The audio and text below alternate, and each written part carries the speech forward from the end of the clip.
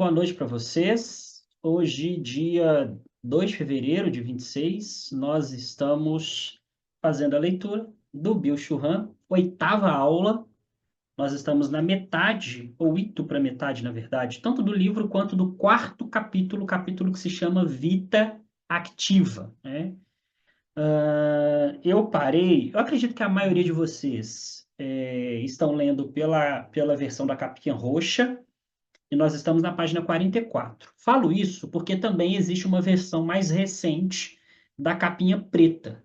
Ela é preta com os escritos meio que metálicos e brilhantes. Eu não sei qual é a numeração nesta edição. Se alguém tiver aí usando essa edição e souber onde nós estamos, se quiser colocar no chat, eu falo aqui em voz alta para quem está assistindo. Ou se estiver assistindo a gravação e quiser colocar nos comentários aí do YouTube para ajudar as pessoas a se localizarem. Eu vou reler só, eu vou comentar, na verdade, um pedacinho do que a gente veio discutindo nas aulas anteriores e reler um ponto que eu já li na aula passada para fazer esse movimento de retomar a nossa reflexão para não ficar ali um abismo entre uma aula e outra. Nós estamos num momento do texto em que o Bill Churran ele está concordando em partes com a Hannah Arendt, concordando em que ponto especificamente? No ponto de que existe algum tipo de alienação em relação ao trabalho. Até neste ponto, ele vai concordar com a Hannah Arendt. Só que a Hannah Arendt, ela vai, e aqui ele vai citando ela, né? Então é uma interpretação dele perante o pensamento dela.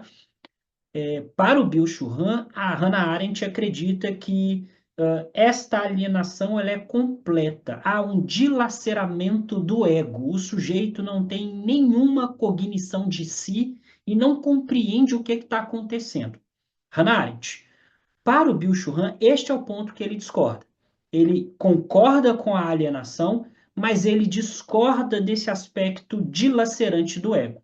Porque para o Bill Churran, é justamente a manutenção do que eles estão chamando aqui de subjetividade, de ego, eu nem lembro a expressão que eles usam, mas é a manutenção dessa estrutura que garante o funcionamento alienado deste sujeito dentro do neoliberalismo.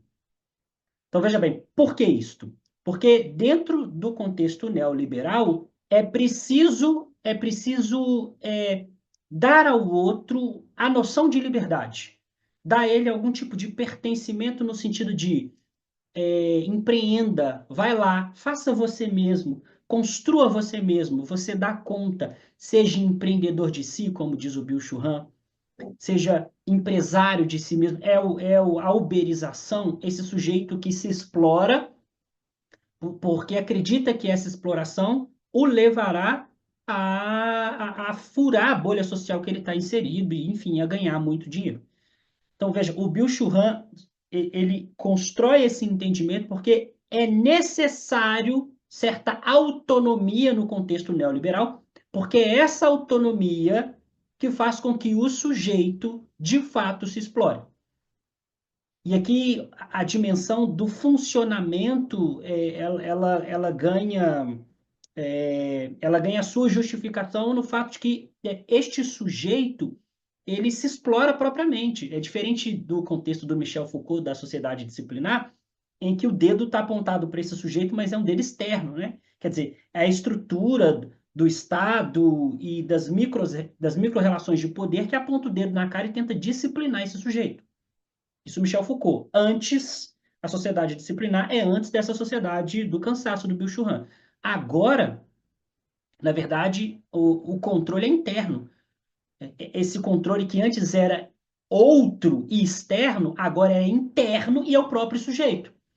Ele se aponta o dedo na cara. E isto que faz funcionar. Porque agora é ele que se cobra. É ele que é seu chefe, é ele que é seu patrão.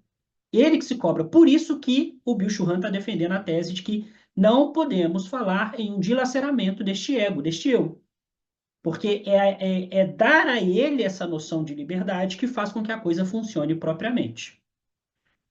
Pois bem, então ele diz assim: Deve-se procurar um outro tipo de resposta, já que Hannah Arendt não está completamente certa no movimento que ela coloca, e ele está tentando entender em que momento isso aconteceu, em que momento o trabalho se tornou alvo desse discurso, dessa narrativa neoliberal. Então, deve-se procurar isso na leitura, tá? Página 44.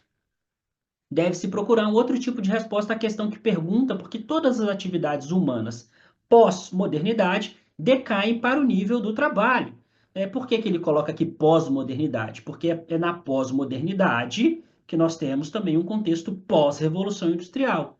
E, portanto, a consolidação, cristalização do capitalismo no seu sentido de produção e consumo, principalmente num contexto alienado. E o trabalho é o alvo. Eu preciso alienar o sujeito. Não, aqui não é a alienação, não é só a alienação do contexto marxista. No contexto marxista, quando o Marx fala de alienar o trabalho, ele está falando de explorar o trabalho do outro, né? De fazer uma exploração em relação ao outro no estado de produção, produção, produção. Lá, o trabalhador está sendo disciplinar, se eu pudesse usar um pouco da expressão do Foucault, né? Quer dizer, existe uma estrutura externa. Aqui é o indivíduo se explorando, né? Quer dizer, ele apontando o dedo na cara dele. Então, por que o trabalho, né? Por que eles viraram o olho para o trabalho? Essa é a pergunta que ele está se fazendo aqui. Ele vai começar a responder essa pergunta de maneira genial, olha só. Aqui é inédito, tá? A perda moderna da fé que não diz respeito apenas a Deus e ao além, mas à própria realidade, torna a vida humana radicalmente transitória. Dá para dar uma aula assim, de 1 hora e meia só com essas 4 linhas. Vou tentar fazer um resumo relativamente breve sobre essas 4 linhas. Repito, a perda moderna da fé, que não diz respeito apenas a Deus e ao além, mas à própria realidade, torna a vida humana radicalmente transitória. Aqui, dois autores nos ajudam a compreender o que ele está falando. Nietzsche, que ele mesmo vai citar aqui mais para frente no texto, e Zygmunt Bauman. Sobre o Nietzsche, na verdade, o mesmo argumento vai nos ajudar a entender os dois. O argumento é o seguinte: toda vez que transitamos de um período da história para outro, há mudança paradigmática no modo como eu enxergo estes períodos. Especificamente aqui, nós estamos falando da transição do período medieval para o período moderno. Período medieval, que era um período que se eu pedisse para vocês, no auge do período medieval, descreva este período.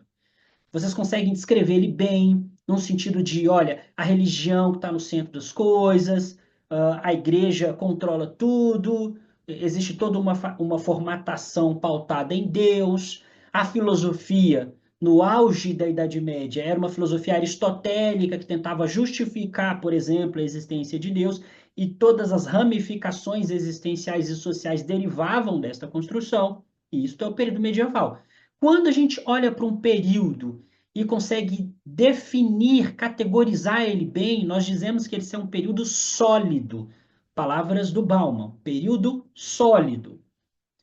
Só que, com o avanço do medievo, e principalmente quando a gente pensa ali no início do que a gente chama de modernidade, com as revoluções científicas, matemática, física, principalmente essas duas, nós temos uma mudança de paradigma de uma perspectiva epistêmica. Por quê? Porque a gente agora começa a ter um novo modelo que me permite olhar para a estrutura da realidade com mais objetividade. Nós estamos falando da ciência dentro desse contexto de revolução científica. Então, agora, eu tenho um modo mais eficaz, previsível, né? A ciência nos permite previsibilidade, quer dizer, eu entendo um fenômeno natural, compreendo ele e tenho agora meios de prever, por exemplo, alguma coisa na natureza que me ajude, por exemplo, em plantações, coisas do tipo. A ciência, então, nesse contexto moderno, propõe novos paradigmas e melhores modos de relação desse sujeito com a estrutura da realidade. O que está acontecendo aqui? aqui estou misturando Bauman e Nietzsche, tá? Nós estamos deixando de lado, nós estamos quebrando o sólido que eu descrevi bem aqui do medieval, estou quebrando este sólido, derretendo ele para dar origem a uma nova modernidade, uma nova estrutura. Então eu estou matando os valores medievais para tentar colocar alguma coisa no lugar, que é esse novo paradigma moderno. Então essa modernidade, ela primeiro, ela começa líquida, estou usando expressões do Bauman, tá vendo? Ela começa líquida porque eu derreti o sólido medieval, ela começa líquida e ela vai tentar se formatar e dar contornos a uma nova estrutura. Dentro da perspectiva nietzschiana, eu estou matando tudo aquilo que era medieval, inclusive Deus. Por isso que o Bill Churran está colocando aqui, ó, a perda moderna da fé, que não diz respeito apenas a Deus e ao além. Isso é Nietzsche. Mas a própria realidade torna a vida humana radicalmente transitória. Esse aspecto transitório é Bauman. Então, vamos lá, vamos tentar entender aqui no todo. Entramos na modernidade, ela no início ela está líquida, ela vai tentar se formatar para dar origem a uma coisa nova, mas eu mato Deus, mato o que representa Deus, no seu sentido de valores, para entrar nessa modernidade.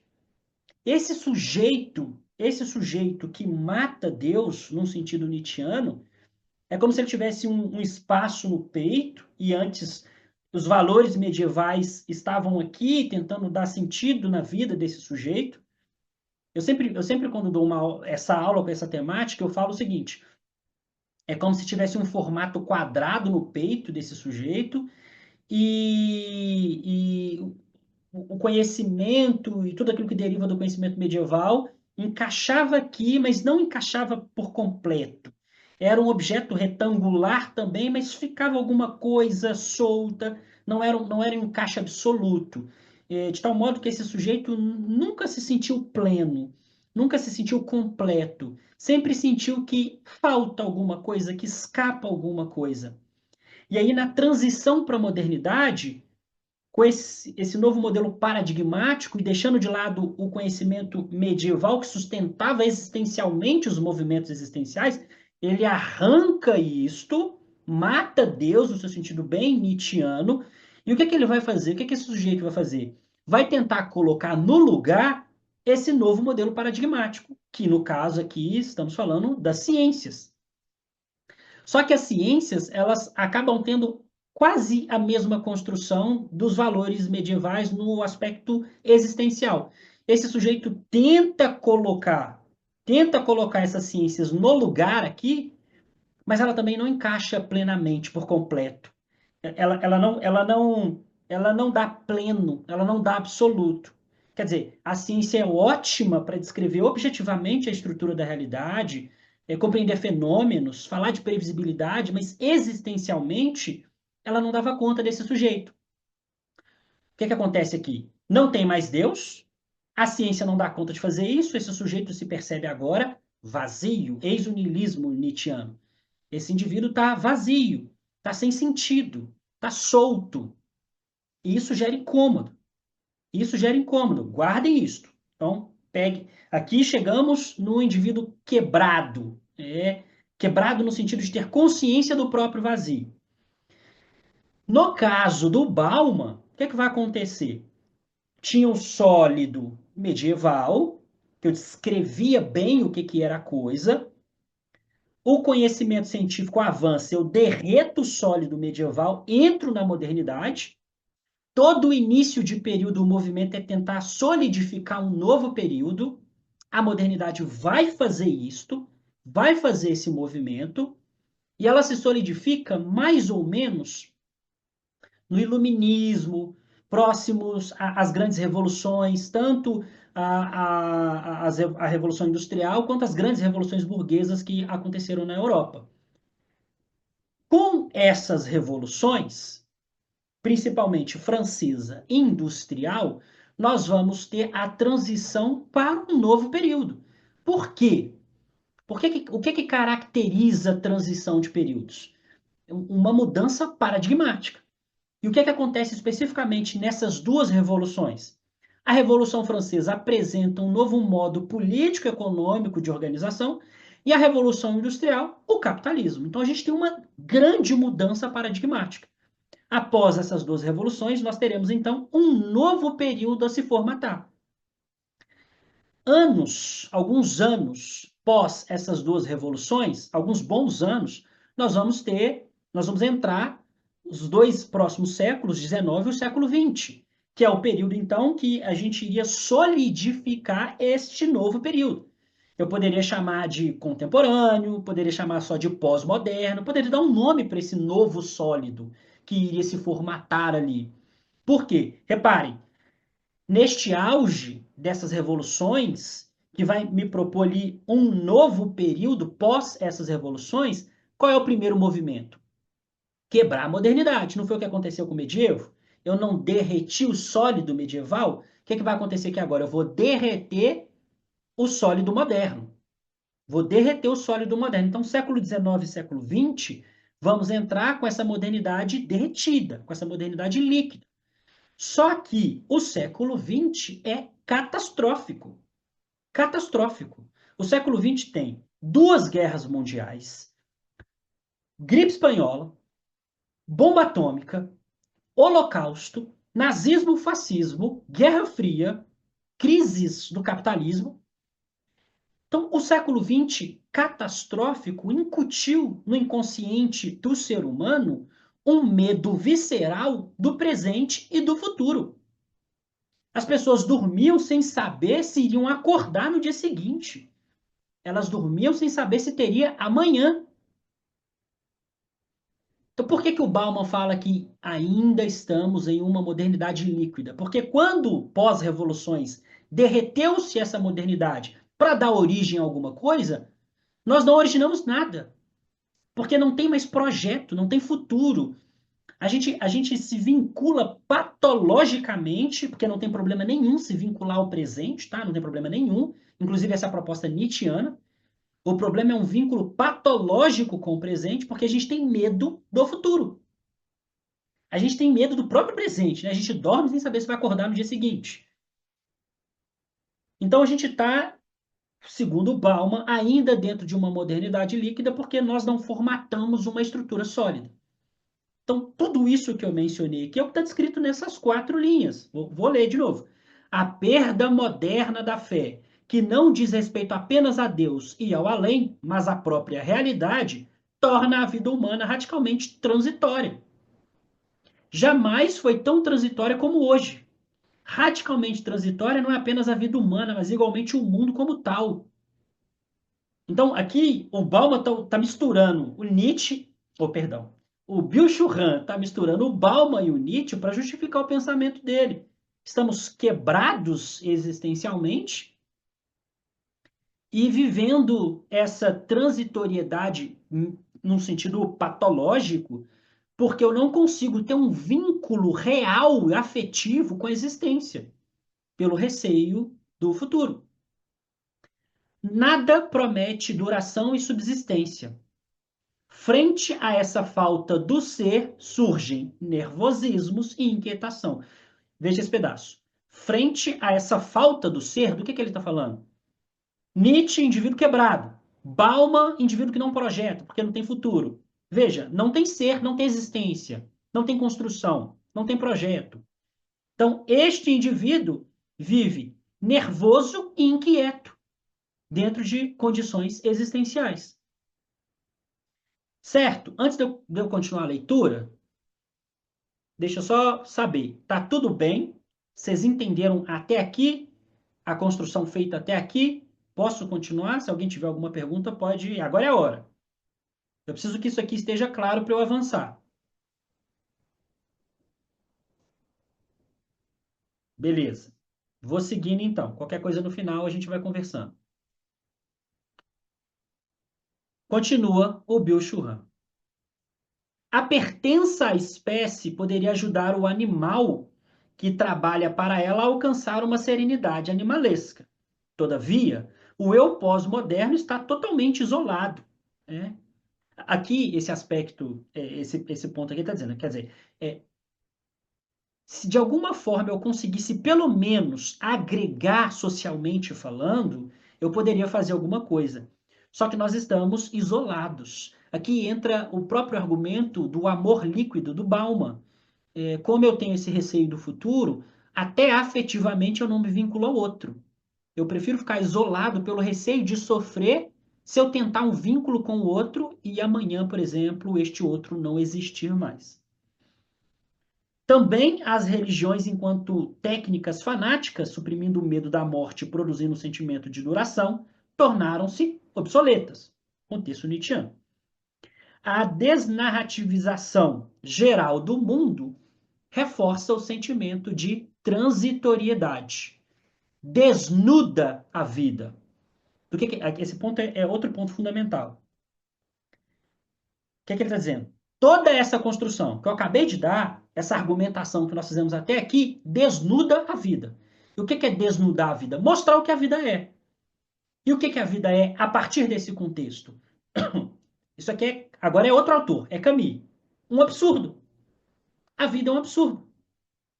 Por quê? Porque, veja, se eu mato Deus, se eu mato Deus, se nada mais faz sentido, e se existencialmente eu estou quebrado, vivendo essa transitoriedade, essa liquidez, a vida em si é um absurdo. Acordo.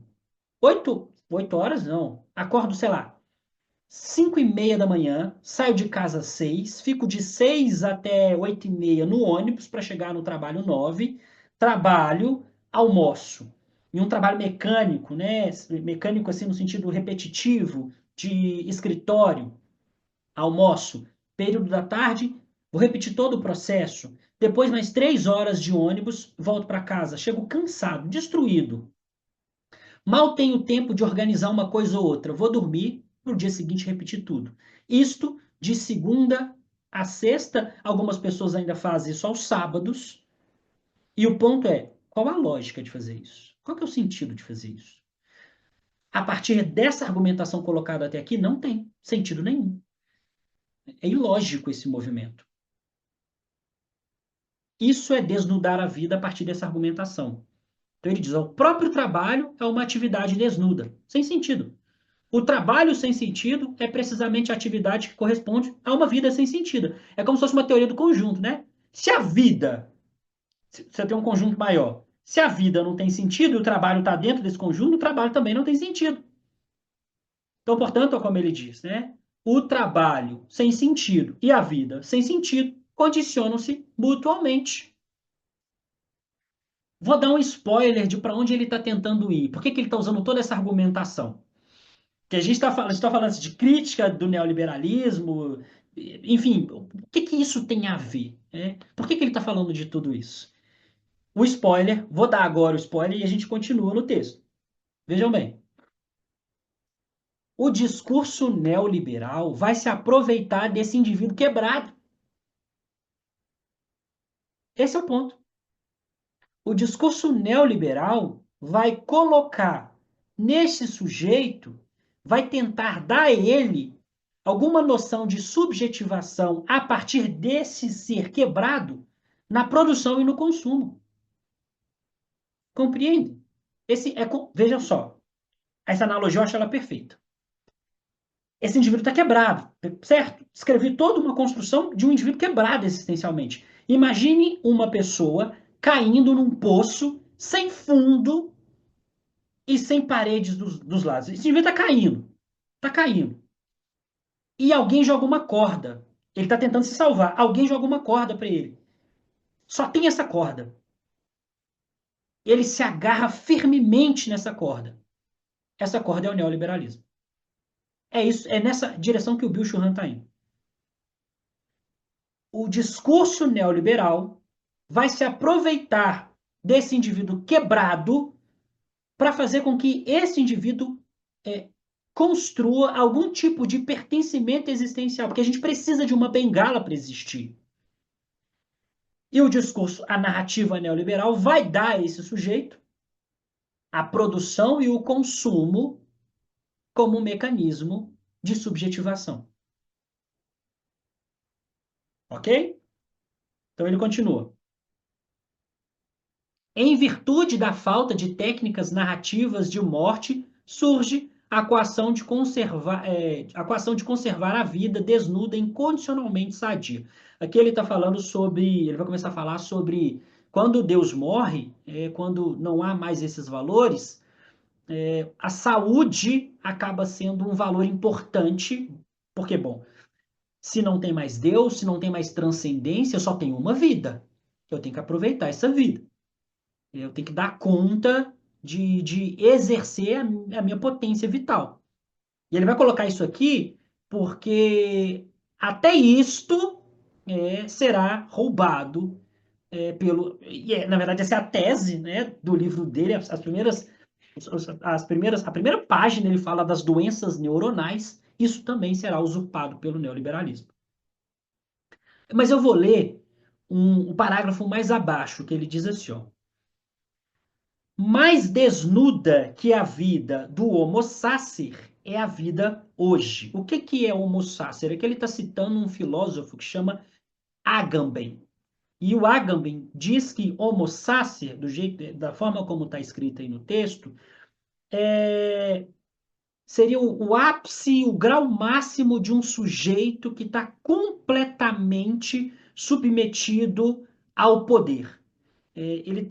A vida desse sujeito está completamente subjugada por um determinado poder.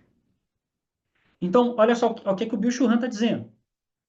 O Agamben diz que tem um grupo de pessoas que vivem subjugadas pelo poder, certo? O Bill Churran está radicalizando isso. Ele está dizendo que a vida hoje é assim. A vida hoje é assim. Todos nós estamos subjugados pelo poder. Porque, irremediavelmente, todos nós estamos dentro desse contexto neoliberal que explora de maneira um pouco mais eficiente, já que a exploração não é externa, né? Quer dizer, é o próprio sujeito que explora, mas são todos, ou quase todos, né? É quase todos no sentido de 99,999% das pessoas. Se a gente pensar numa escala bem marxista da coisa, onde está o problema, os bilionários são uma porcentagem bem menor. Então, ele diz que mais desnuda que a vida do Homo sacer é a vida hoje. Homo sacer é originalmente alguém que foi excluído da sociedade em virtude de um delito, entre aspas, tá? Botem bastante aspas nesse delito. Aspas porque não é necessariamente um delito, tá? Quando ele fala que tem alguém submetido ao poder, a narrativa desse poder é que diz que aquilo é um delito. Compreende a coisa? No exemplo vai ficar claro o que eu estou querendo dizer. Esse indivíduo ele pode ser morto sem que o autor seja penalizado por isso. Segundo Agamben, o Homo sacer representa uma vida absolutamente passível de ser morta. Ele descreve como o homem sacre, aqui é um sinônimo de Homo sacer, tá? Ele descreve como o homem sacre, também os judeus nos campos de concentração, os prisioneiros de Guantánamo, os que não têm documentos, os que pedem asilo, que aguardam um local neutro para sua deportação, ou também os doentes em estágio terminal das UTIs. Então ele tá exemplificando quem são esses indivíduos que estão completamente submetidos a um poder. Por que que eu falei do delito, entre aspas? Porque pensando, por exemplo, dos judeus nos campos de concentração, quem determinou que aquilo é um delito são os nazistas. Compreende a coisa? Então, existem grupos de pessoas que são mortas, não necessariamente mortas, mas serão também, por exemplo, os judeus dentro de campos de concentração. Mas tem pessoas que é como se elas estivessem excluídas. Como não, né? Elas estão da estrutura da sociedade por uma relação de poder. E ele deu alguns exemplos aqui. Como ele diz, né, depois, ó, que apenas ainda vegetam presos aos seus tubos. Na sequência do texto, ele coloca: se a sociedade pós-moderna do desempenho reduz a todos nós como vida desnuda, então, veja bem, o argumento que eu coloquei lá atrás. Se a partir da pós-modernidade, ou no caso do Bauman, de estarmos ainda dentro de uma modernidade líquida, ou no contexto nietzschiano, está todo mundo quebrado, se essa sociedade pós-moderna do desempenho reduz todos nós como uma vida desnuda, sem sentido, então não apenas as pessoas caracterizadas ali acima, é, que estão à margem da sociedade, ou pessoas em situações excepcionais, não somente elas, mas esses excluídos, mas todos nós, indistintamente somos homini sacri. Então aqui ele arredonda a argumentação. Quer dizer, para o Agamben, só um grupo de pessoas faz parte dessa marginalização. Para o Bill Churran, tomando como justificação toda aquela construção que eu coloquei, se fundamentando no Nietzsche e no Bauman, não é só um determinado grupo de pessoas que está subjugada pelo poder. Somos todos nós. Todos nós. No caso aqui especificamente, a força que nos subjuga é o neoliberalismo. Tá certo? Aqui poderia ter, nesse trecho, poderia ter. Vou só citar, não vou abrir essa porta, tá? Mas aqui tem uma relação interessante com o conceito de necropolítica, que está mais ou menos nessa linha argumentativa de negar a existência do outro. A necropolítica é uma política que gere a existência pela morte. E o conceito de necropolítica, ele se constrói em países que foram colonizados e que, portanto, passaram por algum tipo de ausência de liberdade. No caso do Brasil, que é um exemplo, a necropolítica se apresenta, por exemplo, quando eu vou gerir educação, saúde ou segurança pública, ofertando estas políticas públicas em graus diferentes, de tal modo que grupos em contexto de vulnerabilidade social sofrem muito mais do que classes sociais mais abastadas, porque essas classes sociais têm mais recursos para lidar com a existência. Tá certo? Então aqui cabe uma relação com o conceito de necropolítica. E aí, a sacada genial aqui do Bill Churran, um ponto interessante. Porque, veja, aqui, tanto a necropolítica, certo? Quanto o contexto que ele colocou aqui, tomando o Agamben como referência, em algum momento haverá morte propriamente do sujeito, certo? Você pensa, por exemplo, aqui nos judeus dentro do campos de concentração, muitos morreram. Se a gente pensar, outro exemplo aqui, nos prisioneiros em Guantánamo, ou doentes no estágio terminal, enfim, essas pessoas de fato vão acabar morrendo, deixando de existir. Na necropolítica, também é uma gestão da sociedade a partir da morte. E quem morre é quem está em contexto de vulnerabilidade social. Só que olha a sacada do Bill Churran na sequência. Ó. Todavia, eles têm a especificidade de não serem absolutamente passíveis de serem mortos. Aqui ele já começa a transicionar para o contexto que ele está tentando, os conceitos que ele está tentando definir dentro desse contexto da sociedade do cansaço. Então, ó, todavia, eles têm a especificidade de não serem absolutamente passíveis de serem mortos, mas de serem absolutamente não passíveis de serem mortos. São como que mortos-vivos. Grifem esses mortos-vivos aí. Aqui, a palavra sacer não significa amaldiçoado, mas sagrado. Ora, a própria vida desnuda, a própria vida sem sentido, despida, é sagrada, de modo que deve ser conservada a qualquer preço. Por que ele está falando isso? Veja só. No exemplo do Agamben, da necropolítica, haverá morte propriamente. Mas dentro do discurso neoliberal, eu não quero que as pessoas morram. Quem que está na base da produção? É o alienado. Se as pessoas morrerem, não tem gente que vai estar na base da produção. Pensem sempre que existe uma cadeia de produção e consumo que sustenta um pequeno grupo de pessoas que está no topo. Mas quem que sustenta essas pessoas que estão no topo? O trabalhador. É preciso ter esse indivíduo na base sustentando essa cadeia para ela funcionar. Se eu matar esse sujeito, eu não tenho como sustentar essa cadeia. Lá na Sociedade Disciplinar do Michel Foucault, o que era feito com o louco, que era o diferente? Era apartado da estrutura social. O louco, na sua lógica de existência, ele não vai produzir, para ele pouco importa, certo? Quer dizer, ele vive uma existência dentro da sua lógica que a produção desmedida do capitalismo para ele não faz sentido. Na sociedade disciplinar, esse louco era internado e apartado da estrutura social.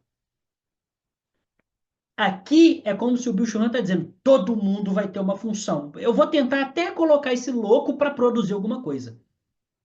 Porque eu preciso ter produção. Eu preciso de alguém na base desta coisa produzindo.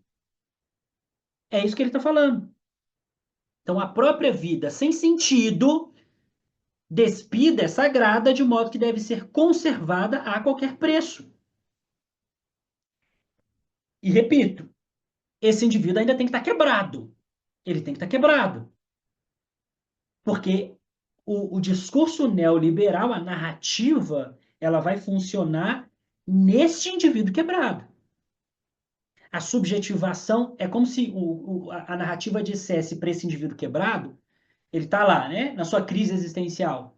Nada faz sentido, não tem amanhã, não tem nada. Aí o discurso diz: mas aqui eu tenho alguma coisa para você.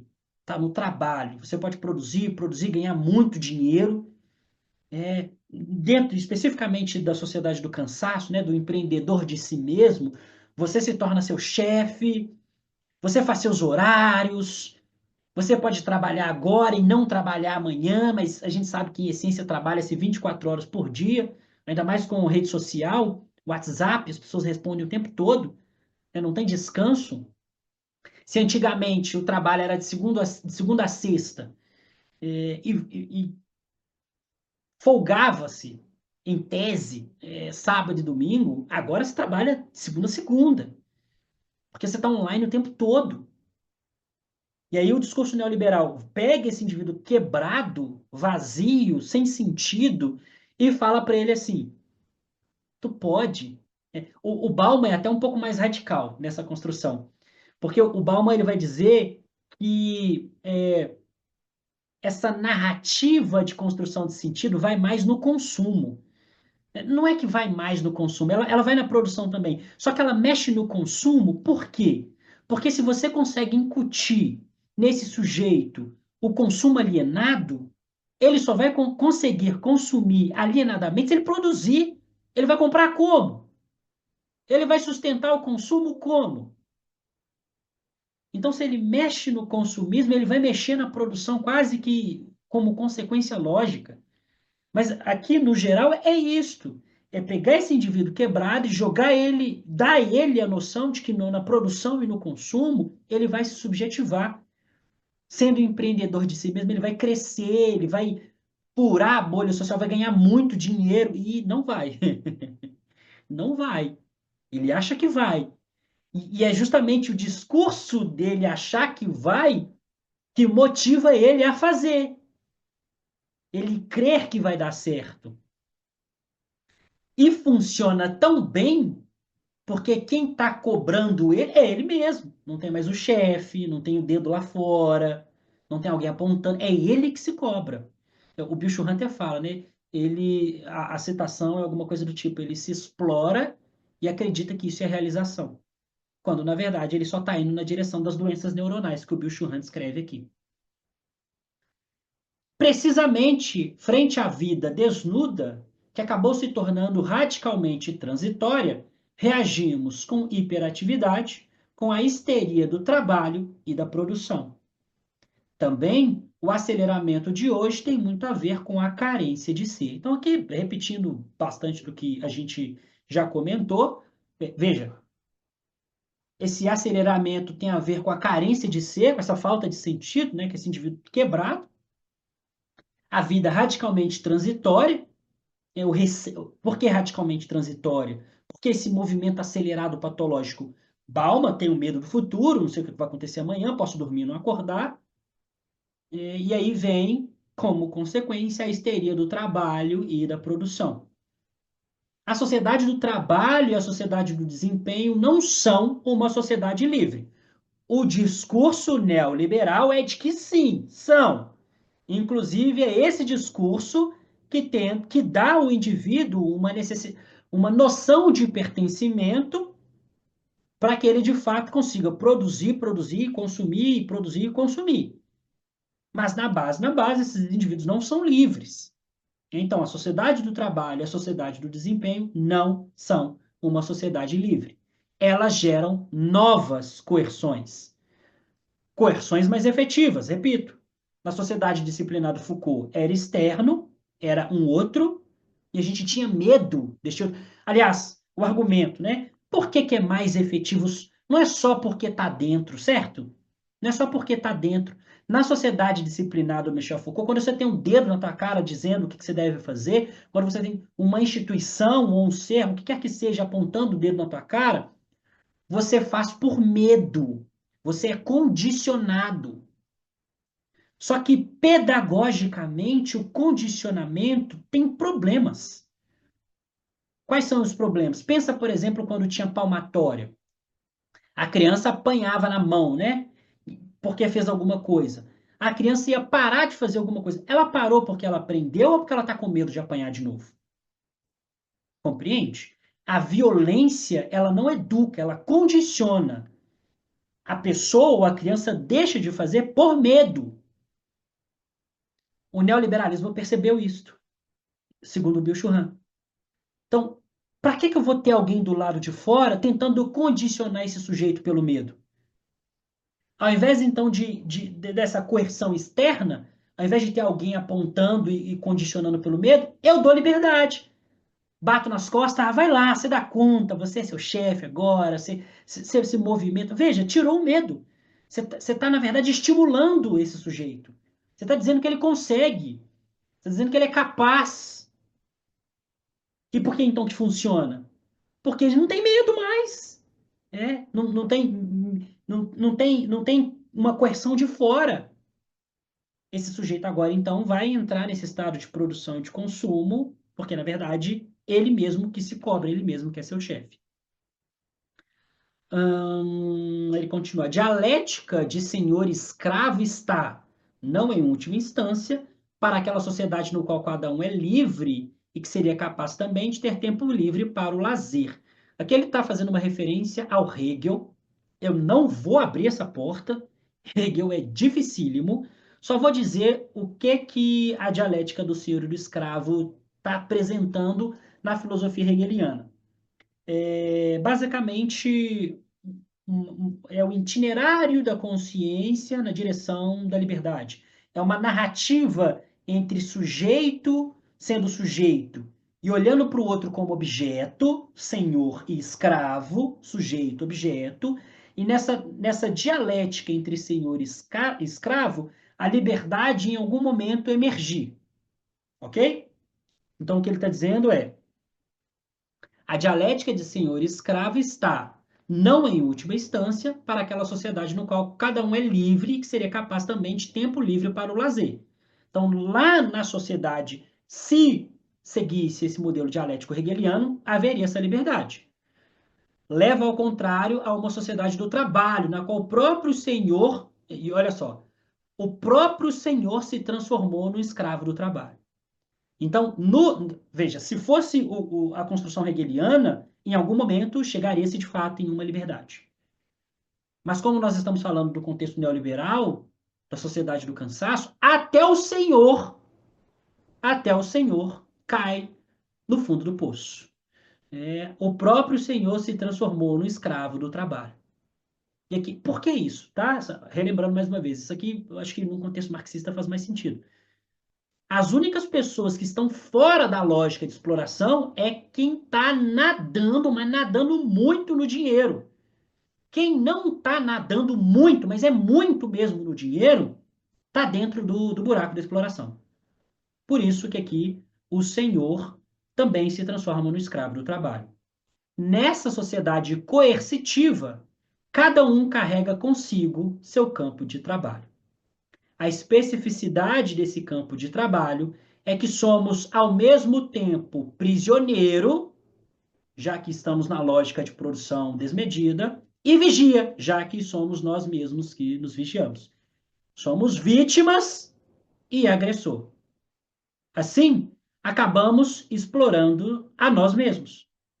Com isso, a exploração é possível mesmo sem senhorio, fechando a transição da sociedade disciplinar para a sociedade do cansaço. Na sociedade disciplinar tem o senhorio. Na sociedade de cansaço não tem. Ou você é o seu senhorio. Você é vítima e agressor, prisioneiro e vigia. Certo? Eu vou parar por aqui para passar para vocês. Eu vi que tem alguma coisa no chat. De qualquer forma, se tiver mais alguma coisa que vocês queiram apontar, a hora é agora. Deixa eu ver o que tem no chat. Murilo. Professor, para ele, esse argumento utilizando o neoliberalismo para aumento da produtividade é intencional? É intencional. É intencional.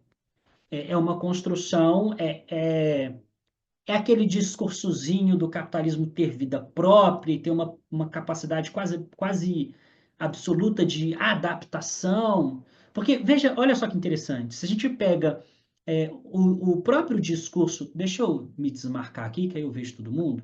Se a gente pega o próprio discurso de um século XX catastrófico, isso aqui é um pensamento interessante. Muitos marxistas no século XX acreditavam que o marxismo tinha a faca e o queijo na mão, bem mineiro, né? Para fazer a revolução do século XX. Porque o século XX foi catastrófico. E muito, para não dizer quase a totalidade das coisas que estavam acontecendo no século XX, tinham dedinhos do capitalismo. Então, o século XX, de fato, foi um contexto que esses marxistas pensaram: é agora ou nunca. Aconteceu a revolução de fato? Aconteceram tentativas. Chegamos no comunismo? Não chegamos. Por que aconteceu? O que aconteceu?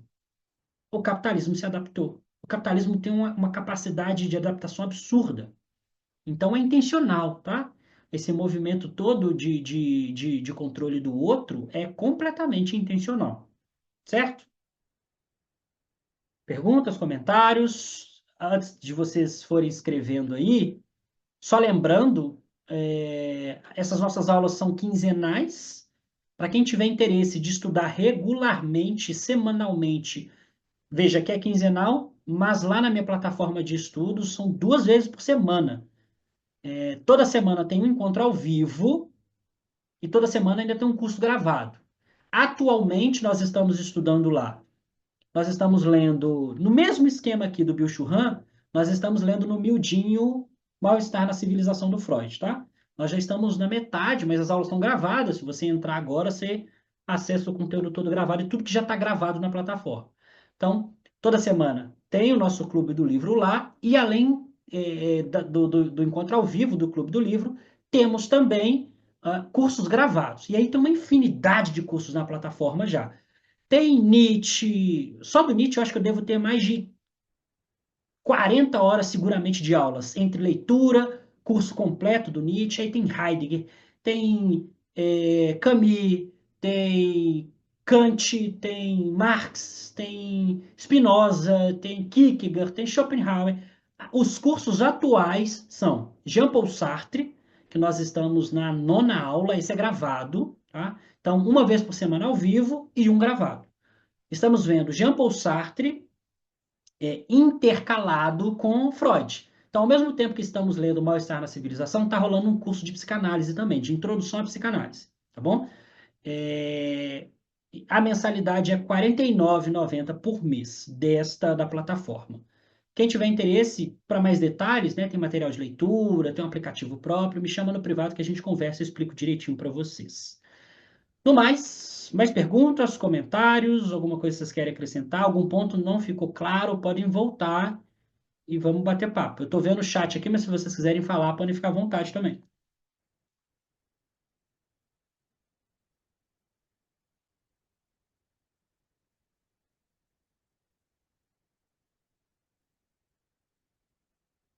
Bom, pessoas, então é isto. Vamos ficar por aqui. Deixa eu só dar um recado para você sobre o próximo encontro. Nas próximas 2 semanas, eu vou dar um curso à noite. Teoricamente, a gente retornaria ao vivo dia 16, mas eu não vou conseguir fazer isso dia 16. Nem na semana do dia 23, na segunda, eu também não vou conseguir. Então, muito provavelmente, o nosso próximo encontro aqui de leitura será no dia 24 de fevereiro, tá? Mas eu vou confirmar lá no grupo certinho quando acontecerá esse próximo encontro, certo? Então é isso. Boa noite para vocês. Muito obrigado pela presença e até o próximo encontro. Um abraço para vocês. Até a próxima.